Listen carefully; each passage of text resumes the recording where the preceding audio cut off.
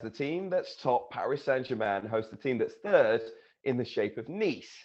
Now, I say it's pretty important because usually at this stage of the season, first versus third, I mean, that could be a potential title decider. Unfortunately, Paris Saint-Germain have a 12-point lead in Ligue after 15 games. They're absolutely destroying it. Finally, the squad paying dividends.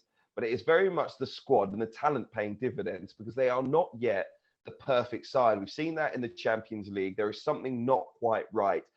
And I wonder whether Mauricio Pochettino, I went to their game against Manchester City and it looked like politics. There were decisions made. There were a lack of substitutions and tactical changes made by a manager, who is regarded as being in the elite category.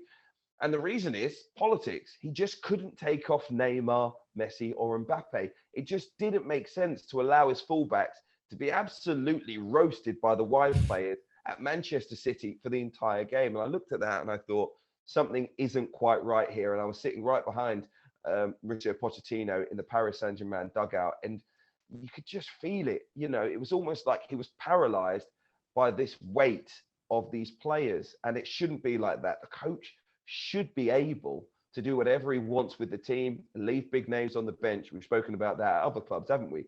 And I just wonder whether being PSG boss is a thankless task. You either win the Champions League or you're a bust, basically. And I wonder why, when we're talking about the future of Pochettino and possibly going to Manchester United, whether that's the reason he might be looking elsewhere. What do you think, James? Yeah, I think if you look at a job where you're probably going to win trophies and you essentially have seamless, endless amounts of money, that sounds like a great job, doesn't it? But it's so funny that it felt very legitimate that Pochettino, and still could have a desire to leave the club and go to Manchester United, a team that, of course, are a huge club, but are struggling.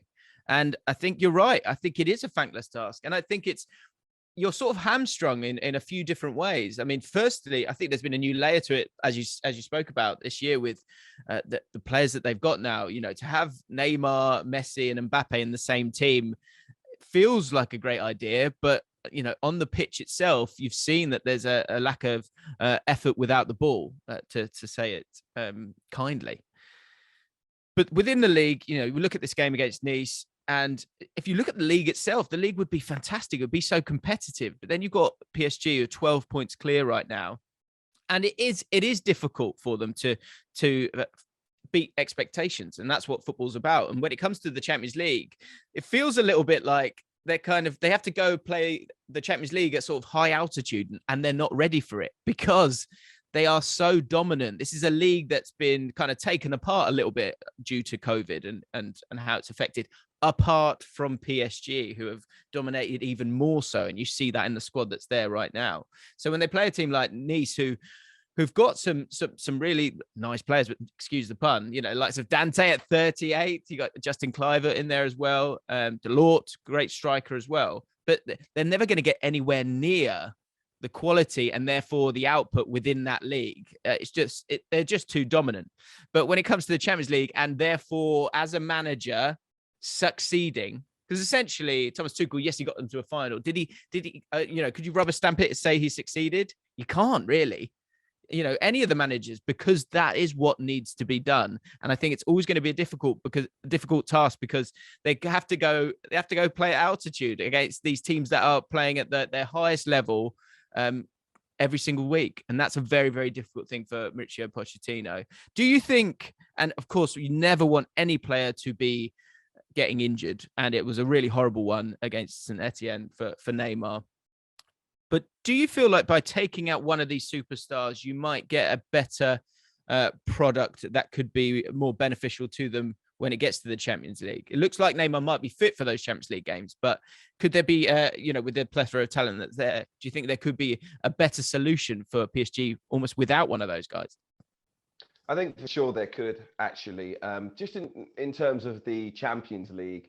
Now, I know Neymar might be back in time for the Champions League, but by then, if they play for a couple of months, it looks like he could be out that long with a different system.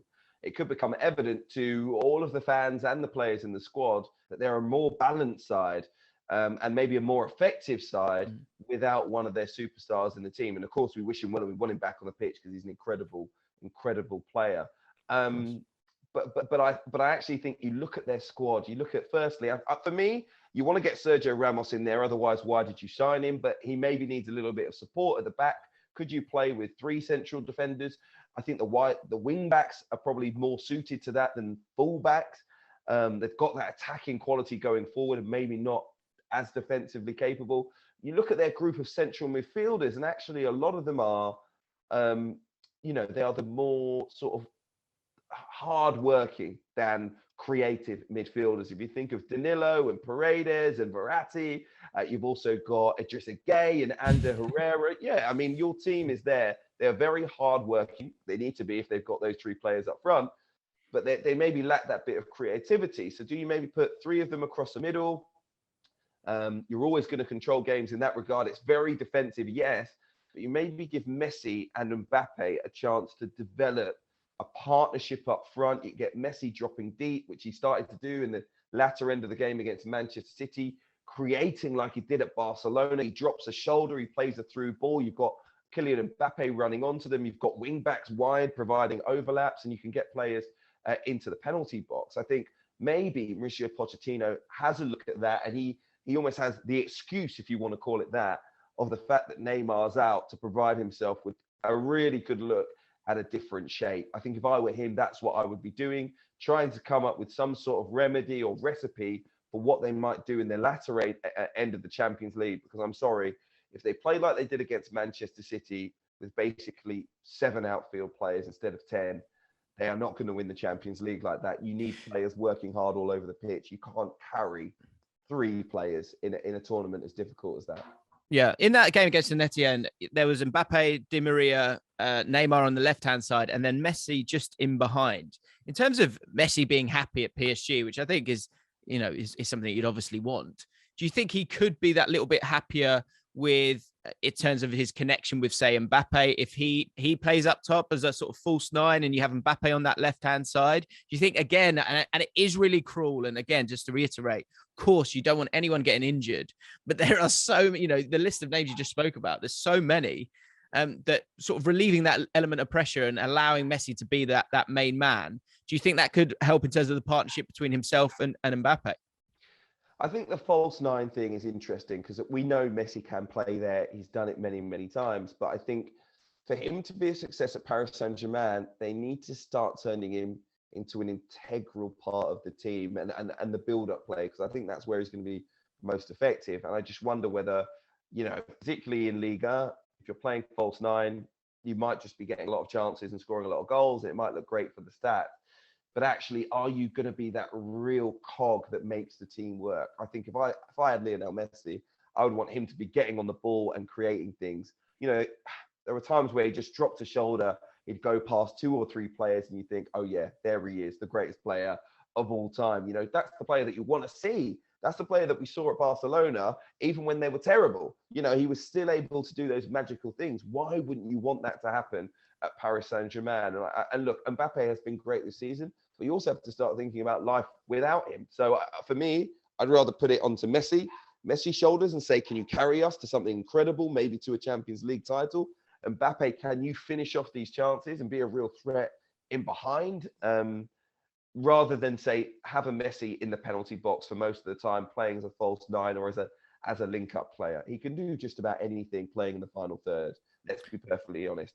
But it's about how you want the team to function. Does it go through Messi, or does he finish things off? Is he the final component? And I would rather things to go through him and have him be the main creator. Look, in this game against Nice, let's be perfectly honest. I think even though it's first versus third, there's only one team that can win it. They're just too good, even without Neymar. But what do you think? I think it'll be quite tight. They've got the best defense in the league, in Ligue 1, Nice do. So I think that might make it a little bit tougher for them. But yeah, come on. if PSG turn up with the talent that they've got, I would expect them to win. And I think it could be a 2-0 victory for PSG in this one. Hi guys, James Alcott here from ESPN's Football Forecast. Thank you for watching. If you've enjoyed the video and you want to check out more, make sure you subscribe to ESPN UK.